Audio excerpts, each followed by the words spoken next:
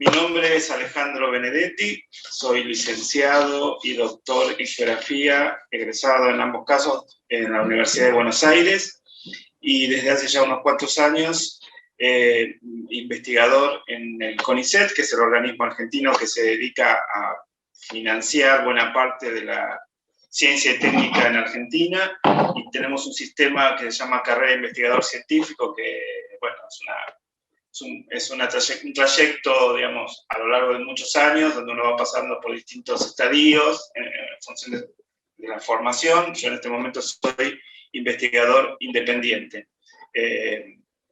Después principal, superior. Bueno, y desde hace unos 20 y pico de años, digamos, mi formación como becario, cuando inicié en las primeras becas de investigación, que en el caso de Argentina la beca está muy asociada a un proyecto personal. En otros países, becario es un asistente de un investigador.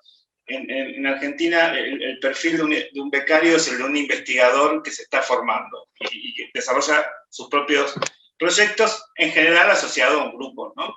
Y yo arranqué investigando cuestiones que tenían que ver más bien con transporte, con movilidad de ferrocarriles, y eso me fue llevando un poco a la frontera, a un momento de apertura de una serie de pasos entre Argentina y Chile, en particular el paso de Jama, que queda en el norte de Argentina. Ese es el paso que está más al norte, y bueno, quería comparar lo que había significado en el pasado el cruce hacia Bolivia en ferrocarril con el cruce carretero hacia Chile, como los dos momentos y toda la épica, la narrativa que se genera en torno al ferrocarril o las rutas cuando se atraviesan las montañas, ¿no? Porque es una región de montaña, Jama. Está ubicado a unos 4.200 metros sobre el nivel del mar, es un paso muy alto. Y es tan alto porque lo que se logra con ese paso es que no se congele durante buena parte del año, o sea, hay que cortarlo solo unos días al año. Bueno, cuestión que en ese cruce de camino-frontera me fui interesando por la geografía regional, y eso me llevó a la geografía de las fronteras, y bueno, hace ya unos cuantos años que me dedico centralmente a investigar y a dedicarme a las fronteras, y eso me llevó en el último tiempo, ya hace un año y unos meses, con la actual gestión del presidente Alberto Fernández, a ocupar un cargo como director nacional del control de fronteras dentro del Ministerio de Seguridad, ¿no? Entonces tengo, después de esa trayectoria, esa experiencia académica, tengo ahora una trayectoria, una experiencia ligada a la gestión. Bueno, para mí estudiar las fronteras tiene que ver también con cada experiencia nacional, y se me ocurre, y lo que representó el proceso de formación de fronteras, o la actualidad, ¿no? Cómo se va actualizando el fenómeno de la frontera. No es lo mismo para México, que vive al lado de Estados Unidos y que es un país de tránsito de tanta población de Centroamérica, de Sudamérica, del Caribe, que va hacia, y la propia población mexicana que va hacia los Estados Unidos, ¿no? Y ese doble efecto que tiene la frontera sur y la frontera norte en modelar las migraciones, toda esa complejidad que acá en Argentina no existe, o no existe con esa importancia. Sí, Argentina ha sido un país receptor de migraciones sobre todo de gente de Bolivia, Paraguay, Perú, ¿no? En el último tiempo de Venezuela, y ahí la frontera ha participado. Pero en Argentina la frontera no está asociado a eso. Recuerdo hace un tiempo una persona que le conté que investigaba el tema de frontera, y me dijo, ¿y no podés hacer algo para cerrar las fronteras y evitar que pase gente de Bolivia? Entonces, acá en Argentina también está ese imaginario de la frontera como lugar de ingreso de gente que no es deseable, y gente que, por el solo hecho de venir de otro lado, un país más pobre, recibe una serie de estigmatizaciones asociadas a su condición social, étnica, etc. En el caso de Argentina, o al menos la forma en que yo me fui involucrando, tiene que ver con el imaginario que representó para el país, en la construcción del país y de la nacionalidad argentina, la frontera. ¿Por qué? Porque a diferencia de Europa, o mismo de México con Estados Unidos, donde hay una asimetría en lo que tiene que ver con el pasado colonial, con la lengua, con la economía, con la gastronomía, lo que sea, la diferencia entre Argentina, Uruguay, Argentina, Paraguay, Paraguay, Bolivia, Bolivia, Chile, Chile, Argentina, todas esas cosas no existen. No tenemos grandes asimetrías. Tal vez ahora sí, pero digamos, en el siglo XIX eran todas ciudades de una misma herencia colonial y con más o menos las mismas, o sea, alguna ciudad más poderosa, menos poderosa, pero... Entonces, en el caso de la Argentina, la idea de la frontera estuvo muy asociada al proceso de diferenciación con respecto a los vecinos. Lo mismo pasó en Chile, lo mismo pasó en los demás países, ¿no? Digo la Argentina porque fue el caso que más estudié. Y particularmente entre Argentina y Chile hubo una permanente tensión y una permanente idea de que el otro país viene a quedarse con lo nuestro. También siempre comento una anécdota de un pariente que al hablar de la Patagonia decía, hay que tener cuidado con los chilenos, porque hoy vienen por la Patagonia y mañana se van a querer quedar con la capital. O sea, esa idea de que Chile es un país expansionista y siempre asociado a estas ideas como de fagocitar y de quererse, ¿no? Hay una expresión de un geógrafo, no me voy a...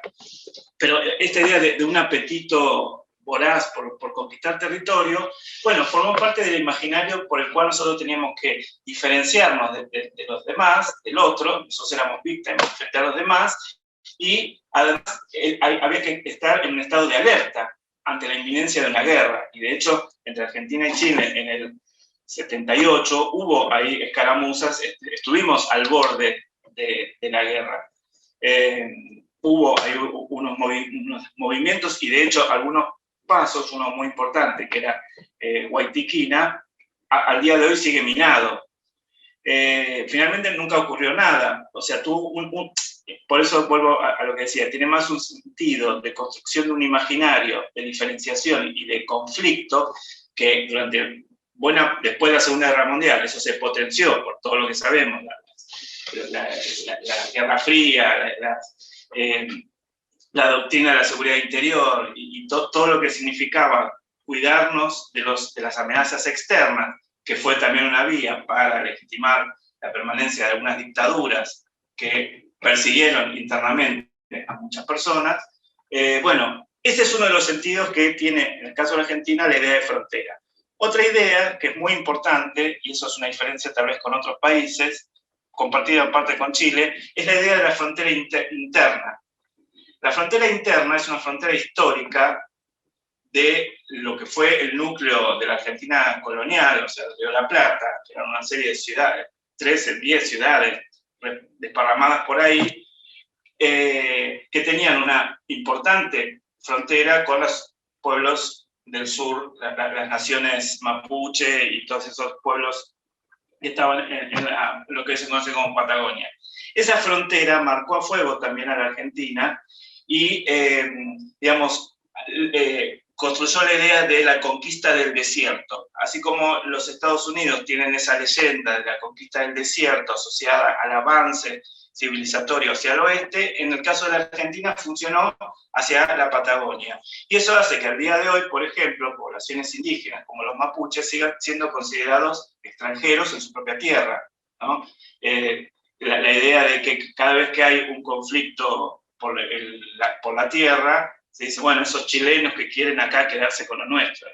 Es población nacionalizada argentina, ni que hablar, pero sobre todo es mapuche, y eso tiene que ver con ese pasado del siglo XIX, que bueno, podemos hablar mucho, de producción de esa frontera como frontera interna, cuando en realidad era una frontera externa más, ¿no? Con el Reino de Chile, con lo que después se transformó en el Estado Oriental, que hoy es Uruguay, en el Imperio del Brasil, o sea, con todos los vecinos, bueno, las naciones mapuches eran un externo que fue transformado en un interno a conquistar y eliminar. Así que bueno, en el caso de Argentina, podría hablar muchas cosas más, pero esas dos me parece que son claves importantes y que, insisto, en cada país la frontera tiene un sentido, una clave, explican cosas más del presente que del pasado o más de los centros que las propias fronteras.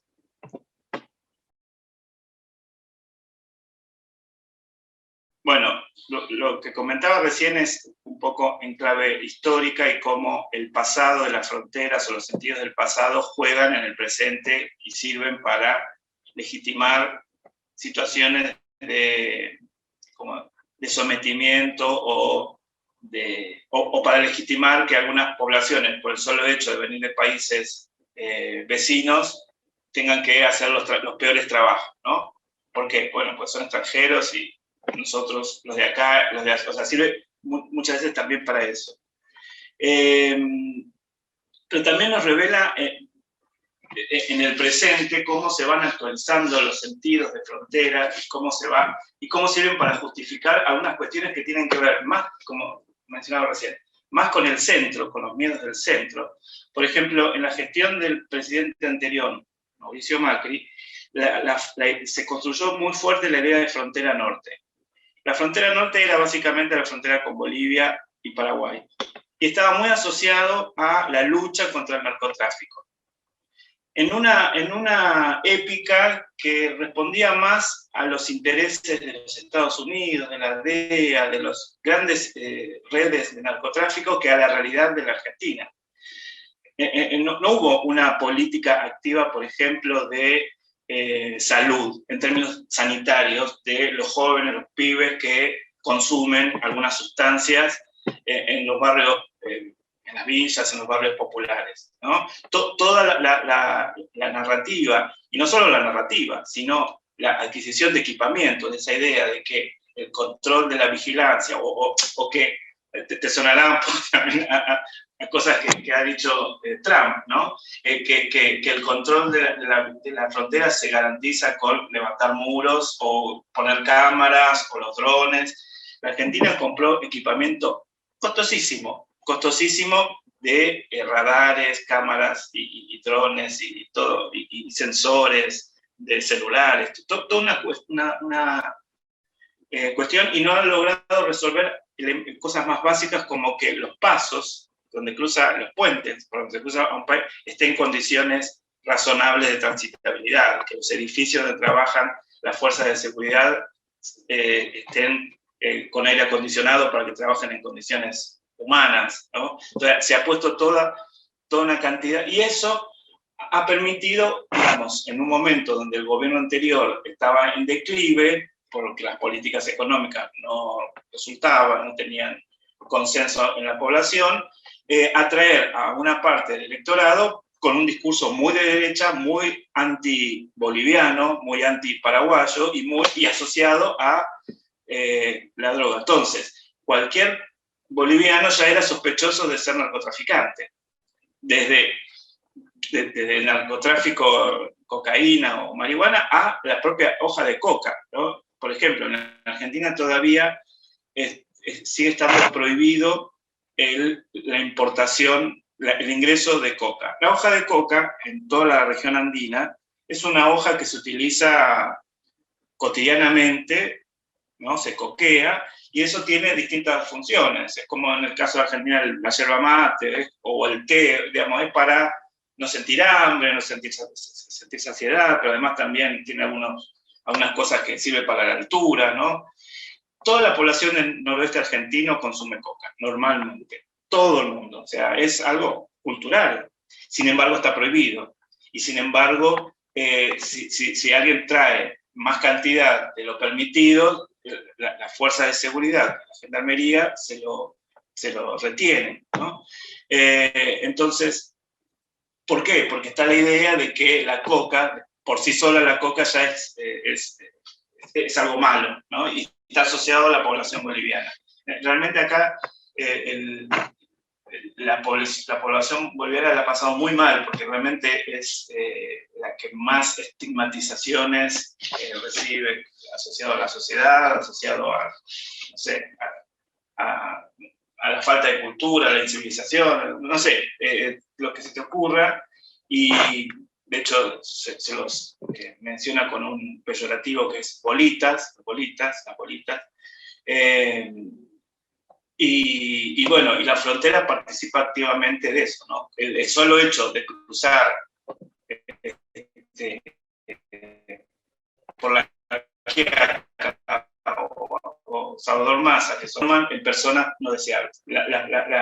Esa es una de las cosas, porque hablar muchas cosas más que se me ocurren, de por qué las fronteras siguen muy activas. Soy geógrafo, así que mi mirada sobre la frontera es espacial, geográfica. Y a lo largo de mi trayectoria como investigador, he ido intentando distintas aproximaciones al concepto.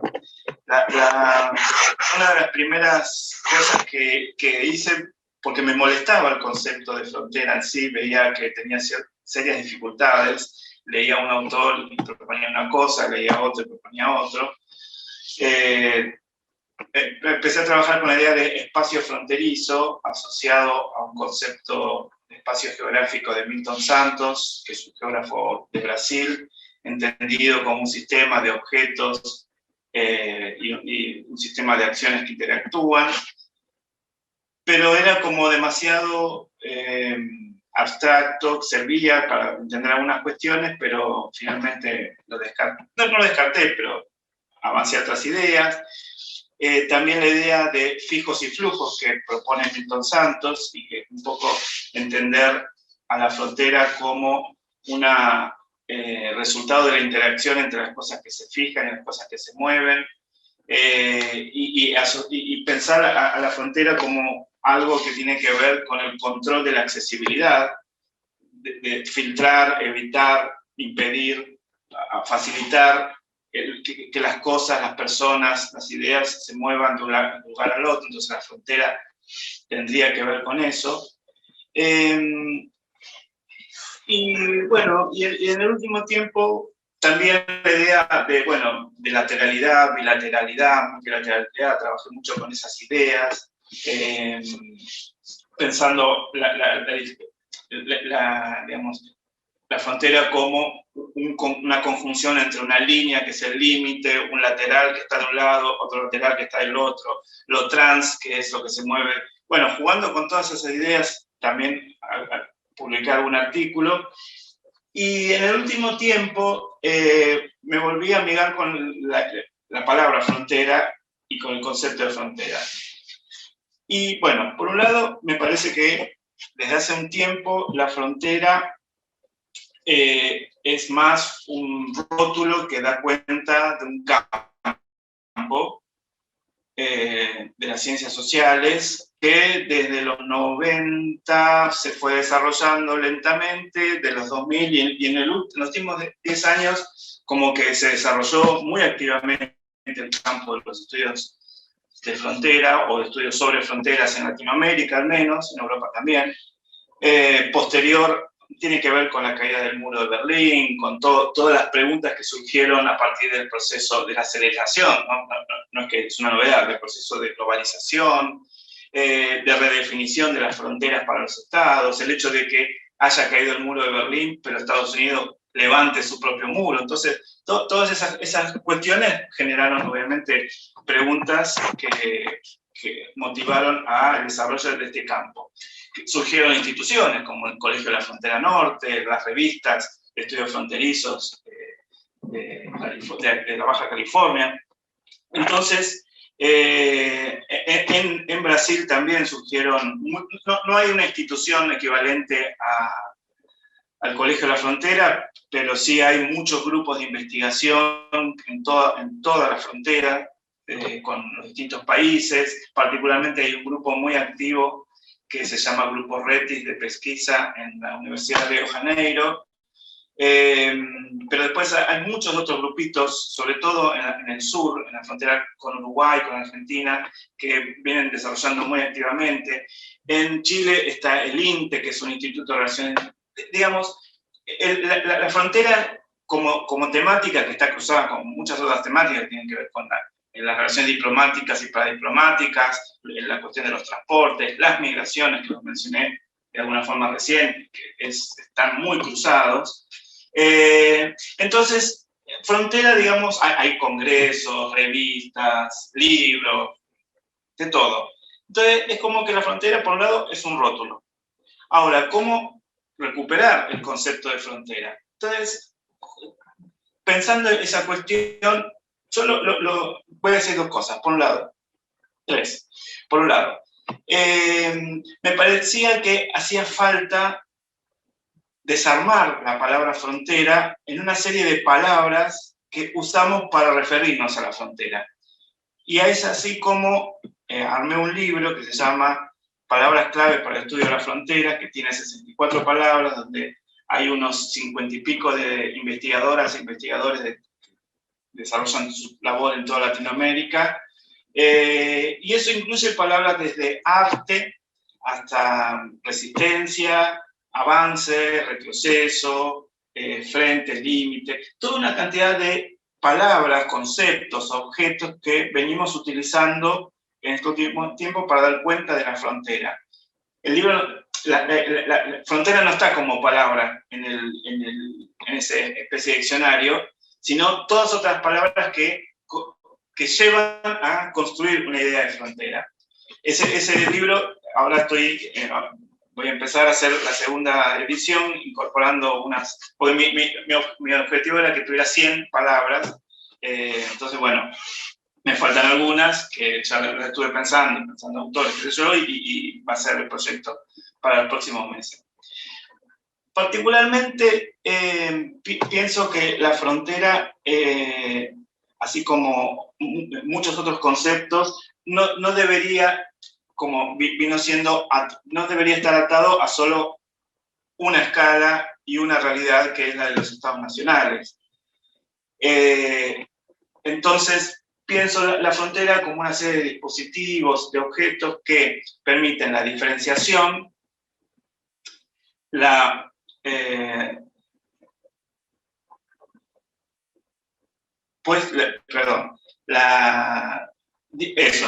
división, la diferenciación, o sea, la división de una cosa con respecto a la otra, la identificación, donde uno se refleja en el otro, se construye a partir de la relación con el otro, y la relación, lo estoy diciendo mal, cuando lo leas escrito va a estar más simpático, pero eso, o sea, como algo que en cualquier relación social, relación humana está presente, la idea de diferenciarse, de identificarse como opuesto y a partir de ahí relacionarse de maneras diferentes, ¿no? Y eso nos llevó, como parte del grupo que conformé dentro de la universidad, a pensar la frontera a distintas escalas espaciotemporales. Entonces, hemos armado una serie de investigaciones y publicado una serie de libros donde trabajamos con las fronteras interestatales clásicas, pero también hemos indagado sobre las fronteras históricas, las fronteras étnicas, ¿no? Las fronteras del avance de la civilización, del control colonial español o argentino o Estados Unidos sobre sociedades indígenas, pero también las fronteras urbanas, las fronteras muy actuales de los barrios privados, o las fronteras entre distintas partes de las ciudades, o la frontera o la interfase entre lo urbano y lo rural, en términos materiales, en términos imaginarios, en términos de prácticas cotidianas.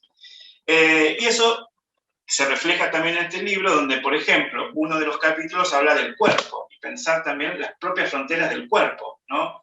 Donde el avasallamiento que hace una persona cuando en una situación de violación, finalmente, es no respetar, avanzar sobre las fronteras íntimas de una mujer, un hombre, ¿sí? En esa situación tan desagradable y violenta.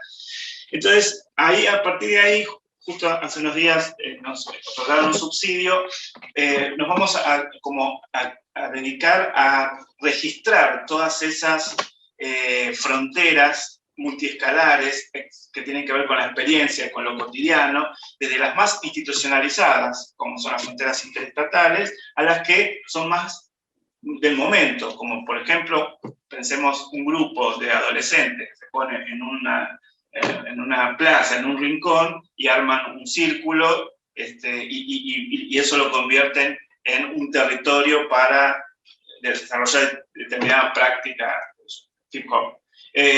Bueno, ahí se forma una frontera de alguna manera que evita que cualquiera ingrese y se mezcle con ellos.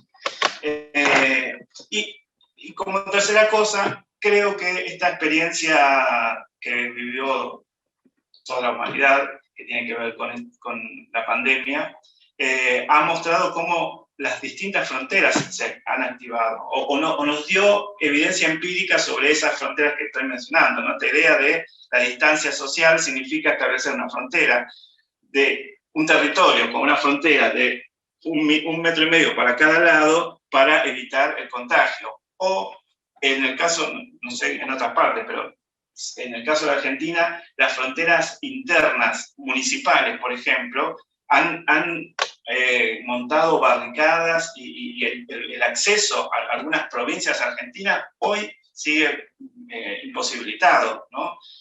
Muchas veces con un objetivo sanitario claro y otras veces para mostrar cómo el gobernador del caso tiene una política activa para evitar que... Entonces, esas fronteras, que no se las llaman fronteras, se las llaman de otras maneras, por eso en el libro también aparece la idea de barreras, son finalmente fronteras que hacen a esa cosa de diferenciar, de dividir y de poner en relación y en tensión, en conflicto eventualmente a los que estamos de acá con los que están del otro lado, y eso forma parte de las prácticas de la cotidianeidad de todas las personas, más allá de las fronteras interestatales. Por mi formación, como mencioné recién, soy geógrafo y entonces mi impronta tiene que ver con esa mirada espacial, ¿no? Y pensar las cosas, el dónde de las cosas, dónde están, por qué están ahí, si está acá o allá, qué implicancias tiene, o de dónde vienen, hacia dónde van. Entonces, siempre lo miro en esos términos.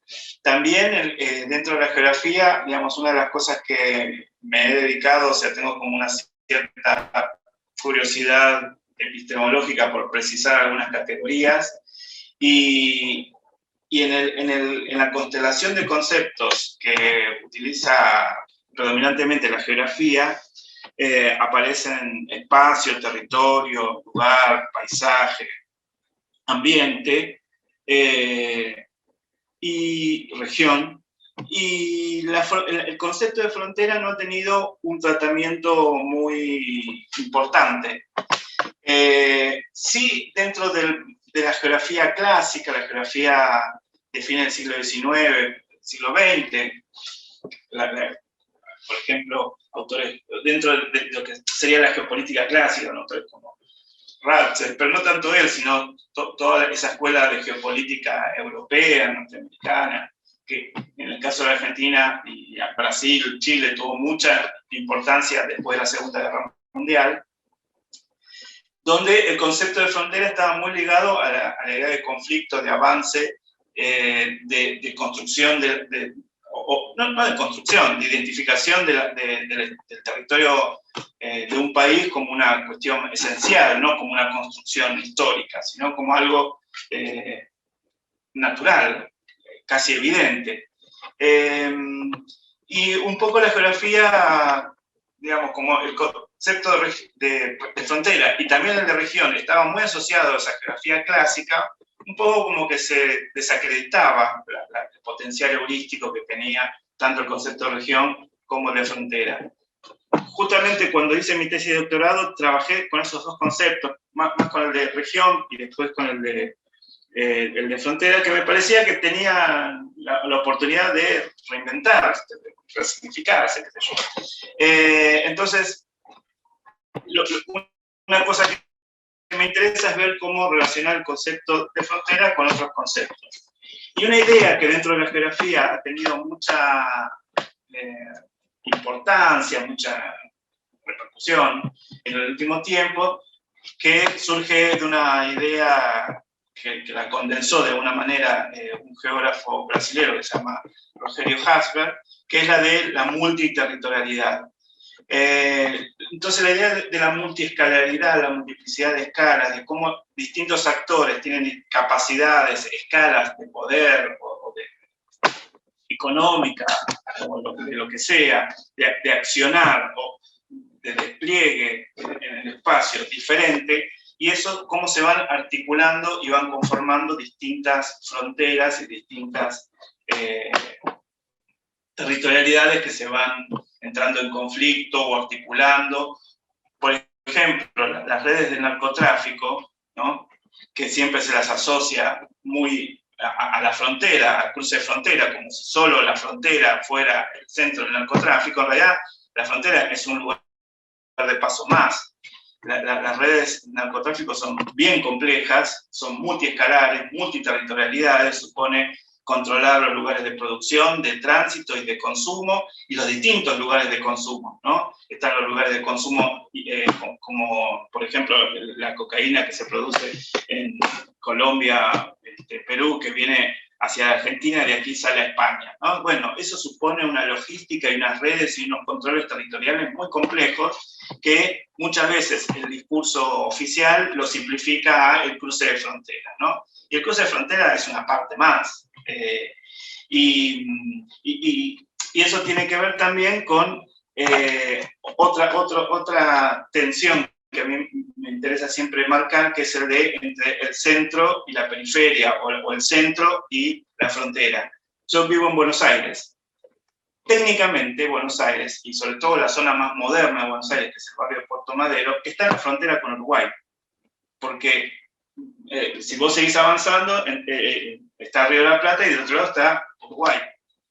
Y si vos salís de la costa, tenés que entregar papeles y hacer trámite migratorio, como en cualquier otra frontera. Sin embargo, Buenos Aires jamás se imagina como frontera, porque somos el centro del país, ¿no? Y hay toda una cosmovisión construida a partir del país y de una de las ciudades más importantes de Sudamérica, y todas esas cuestiones que hacen que la idea de frontera jamás aparezca en nadie. Nadie se imagina que acá vivimos en una frontera. La frontera queda a 3.000 kilómetros, allá lejos, pegado a Bolivia, pegado a Chile, lejos. Entonces, muchas veces todas las políticas y lo que se hace en la frontera tiene más que ver con el centro que con la propia frontera, ¿no? Tiene que ver con los miedos, con las preocupaciones, con los prejuicios, las discriminaciones que se generan acá en el centro y que operan, manipulan a la frontera como parte de esa lógica. Entonces, bueno, digamos que mi aporte, si se quiere, viene más por el lado de la geografía, por jugar con esos conceptos, esas escalas, e insistir mucho en por qué las ciencias sociales, cuando hablan de fronteras interestatales y naturalizan esa asociación, y nos hemos olvidado de todas esas otras fronteras que son mucho más cotidianas en la mayor parte de la población, porque la mayor parte de la población cruza otras fronteras, desde la frontera íntima, la persona que ingresa a tu casa y vos le abrís o no le abrís la puerta, y todas las implicancias que eso tiene en la vida íntima y en la relación entre lo privado y lo público, o los cruces de otras fronteras que tienen que ver con las personas de las periferias que van a los centros, o los centros comerciales, ¿no? Que en teoría son espacios públicos, pero la gente, si está mal vestida, se siente incómoda, y es un espacio que se pretende que la gente vaya a consumir. Bueno, todas esas cuestiones son mucho más cotidianas y están mucho menos problematizadas que las fronteras interestatales, que no niego su importancia, pero que me parece que está sobredimensionado en algunos casos, porque, bueno, sirven algunos discursos de derecha para legitimar presupuestos militares o de adquisición de equipamiento, o para seguir manteniendo a las poblaciones vecinas en una condición de que no prosperen porque es mano de obra barata, que obviamente le sirve al capitalismo, finalmente, ¿no? Como desde, o sea, en Buenos Aires cualquier familia de clase media para arriba tiene empleados que son personal doméstico, que son o de Bolivia, o de Paraguay, o de Perú.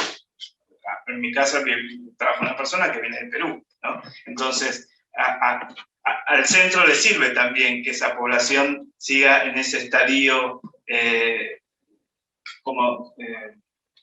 subordinación, porque finalmente es más barato que si tuvieras que emplear a otro compatriota que te cobraría mucho más caro. Bueno, entonces, un poco la respuesta. Es difícil responder esa pregunta en general, porque me parece que también depende de cada región, cada contexto, ¿no? Probablemente en algunos países la relación conflictiva con el vecino esté mucho más en la agenda, qué sé yo, entre Colombia y Venezuela, o que han tenido una historia muy álgida, y ahora con el éxodo que se genera de venezolanas y venezolanos hacia el resto de Latinoamérica, ha generado como una agenda muy importante, ¿no?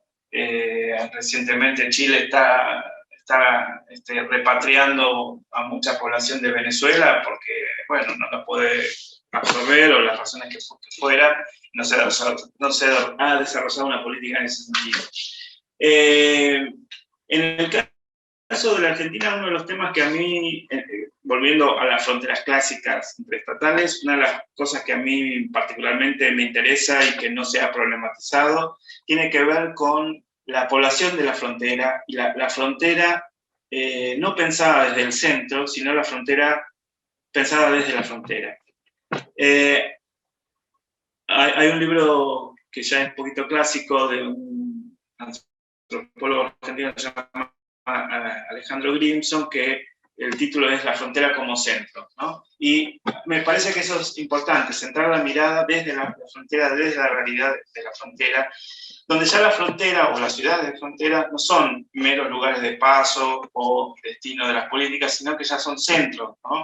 Cuando se trazaron los límites interestatales, atravesaron tierras donde no había, o habían caseríos, o habían algunos pequeños parajes, pero en el caso de Sudamérica en general no había ciudades. Las ciudades son un producto del trazado de límites interestatales y de la dinámica fronteriza entre los países. Y hoy, esto lo tomo de Fernando Carrión de Ecuador, que el otro día lo escuchaba, las ciudades de frontera ya son hubs, son lugares que concentran y distribuyen todo, desde lo que tiene que ver con el comercio a las redes de productos ilegalizados, sustancias prohibidas en los países, o personas, o lo que sea, ¿no? Entonces, ya la ciudad de frontera es un tipo de ciudad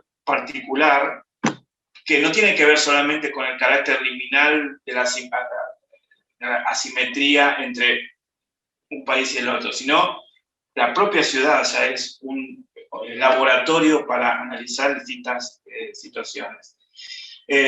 Con este tema de la pandemia, por ejemplo, y del cierre de las fronteras, ha quedado en gran evidencia que pensar a una ciudad, una parte de la ciudad y la otra parte de la ciudad a partir del punto donde se hacen los controles, al menos en Sudamérica, es completamente insuficiente como política pública, porque son dos partes de una misma ciudad.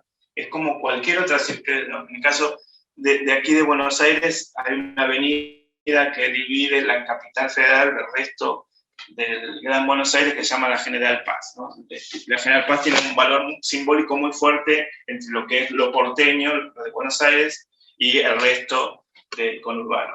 Pero, digamos, que de hecho con la pandemia se cerró bastante porque, para evitar el ingreso de población y controlar sobre todo. Pero la General Paz no divide, o sea, la General Paz une, es un lugar de encuentro, un lugar de cruces.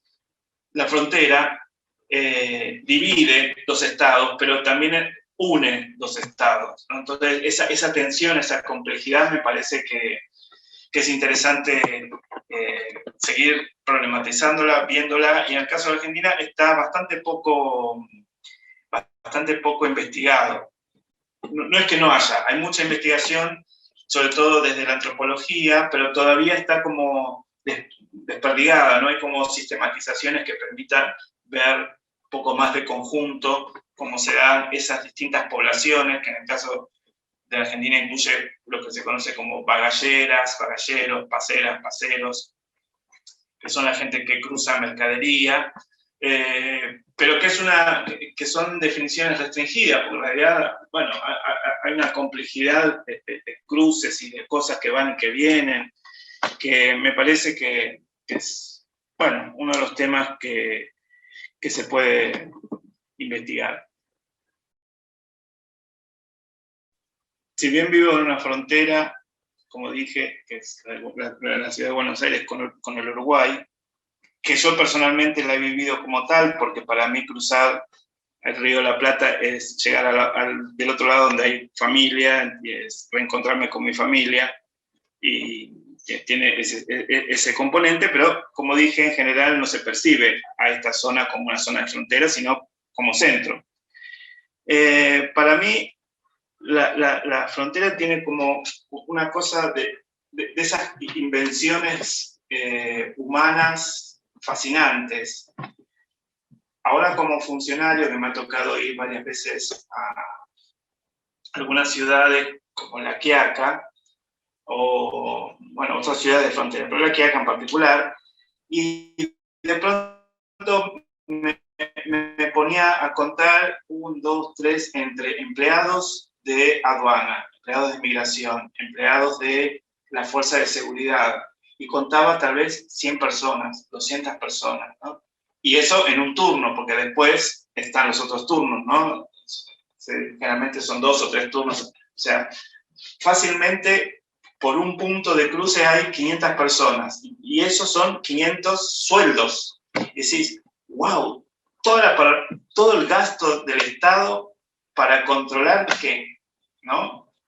No digo que esté bien o esté mal, me da como persona, como curioso, como investigador, esa fascinación de decir las cosas que ha inventado la humanidad, que son las fronteras interestatales, y en este contexto donde está todo el discurso de la integración, el Mercosur, la globalización y la mala de coche, todavía hay un esfuerzo del Estado y hay un montón de funcionarios, yo soy uno de ellos, que cobran un buen sueldo y que disponen de recursos y de equipamiento. Es interesante desde ese punto de vista, ¿no? De esa lógica.